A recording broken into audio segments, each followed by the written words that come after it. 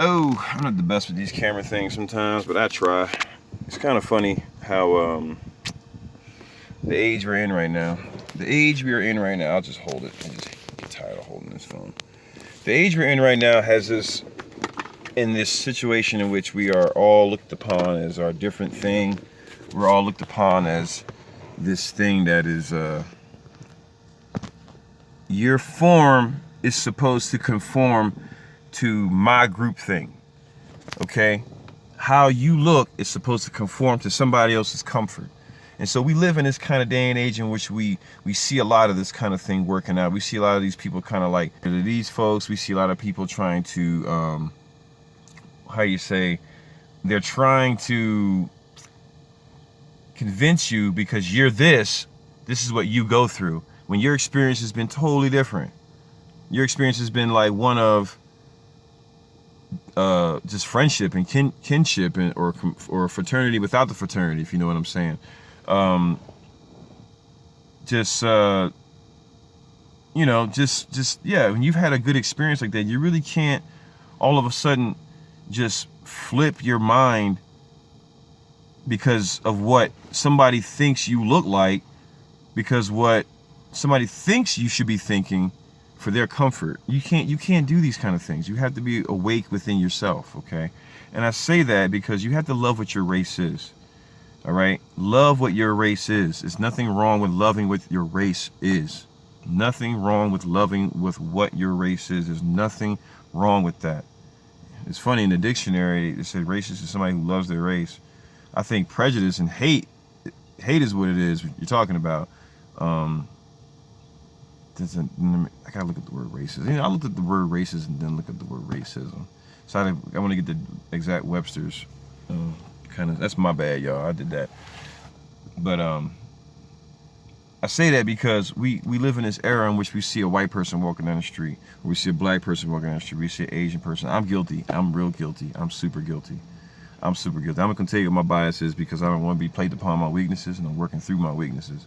But I tell you, I've had my own, and most of them have been for my own kind of folks, because I've noticed things within my own community, whether because that's the divide, whether they're conservative or whether they're you know Democrat or whatever you want to call it. I've seen that act out in which, some try to pander to you, some do not. Some try to convince you of an ideology, and some do not. And this time I chose the Republican side because I saw where I was educated and able to say things, they were able to respond to that same thing. And that gave me an understanding that, okay, so you were trying to understand some stuff too. So yeah, I was trying to understand some things too. I was like, oh shoot, damn, that makes sense. Okay. And so understanding history, understanding factual, we all have our different understanding. We all have our different degrees of what we are. It's not important to hold on to these differences right now.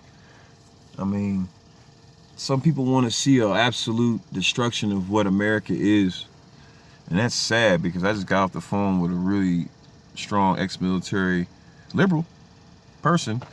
We didn't have an argument, no.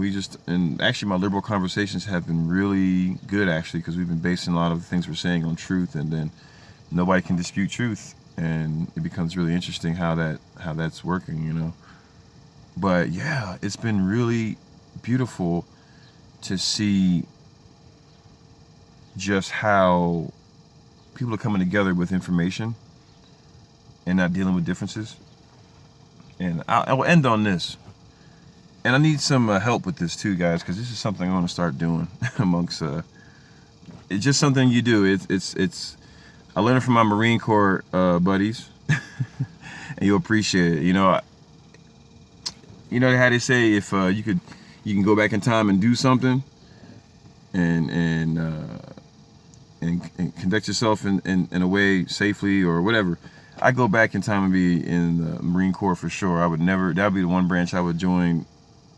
Like, I love the Air Force, I love flying shit, and excuse my language, sorry, I'm a grown man, and I know this is election time, tense time, people gonna let stuff out, and every day is a gift right now for all of us.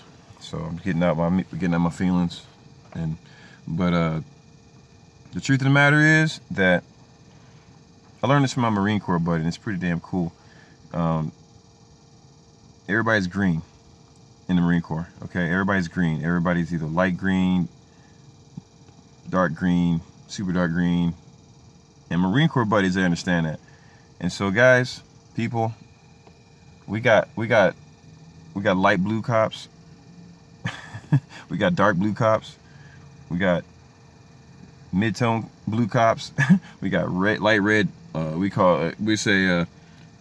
got yellow blue cops. They got still blue. They're cops. They're blue. You know. We got red. We got red blue cops. You know. We got Native American cops. You want to use this color system? Hey, I didn't start this color system. Okay, I didn't start it. We got beige blue cops. It's what it is, man. You know, they got blue on. They're part of that blue system. That's what we gonna do. And I say them because law enforcement and the sheriff's department are two different things. More about that later. But that's what that is. You know, people who are in the blue, I would be considered a dark blue brother.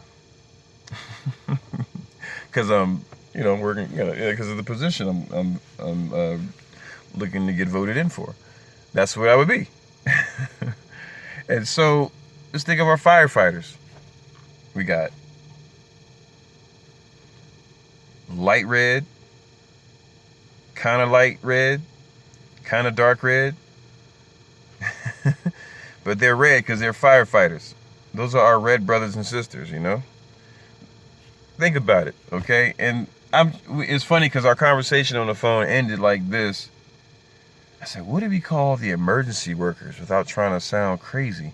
Because emergency vehicles are all like different colors. Excuse my head. I got a big head, y'all, and sometimes the hats I get from Uganda, they just get, they take a little while to stretch in, so I got that what's that Beverly Hillbilly thing going on right now, which I kind of like. I don't care, but Clampton was his name anyway. But yeah, what's a good thing to come up with for our emergency workers? What is a good thing to come up with for our emergency workers in which they can identify with, so we can kind of like, it's like a show of respect and a lightheartedness way to show respect, even in the most kind of like intense kind of times. You know, it's like, yo, go in there and talk to the dark blue officer over on the, like, what? Doesn't matter, you're all blue, but you got different variations of blue, okay? Go over there and talk to the light blue officer. Go over there and talk to the yellowish whitish officer. Or I can't really say yellowish whitish because it's incorrect, but they're Asian cops, and then people are affiliate. What would you consider? Help me out. You know, help me out. What would you consider? Because Asians, people don't try to say yellow because it's like, oh, yellow dude. It's like, you know, you're yellow. You say beige blue. Would you say kind of beige blue? You talk to the native blue brother. To my federal officers out there holding it down in the Pueblos, man, they got a hard job, y'all, man. That's not an easy job. Those my native, my native blue brothers got going on, man. They got it hard with that. They got it hard. So, you know, and they've been getting better, but without saying what it is, I'm not trying to give it energy, but because I believe in saying what I say is power. So, with that being said, love you guys. Stay safe out there. If you're gonna go protest, do it peacefully, please, and please don't bring harm to another person who's just who wants to just maintain their survival. Try to find some love within yourself, and get your message out and be heard. And together, we're gonna make this change, the real change, work. And then, hey, maybe you won't need sheriff anymore. Maybe we won't need so much heavy hand from any type of enforcement as time goes on, you know? Who knows? You guys be well. See you out there.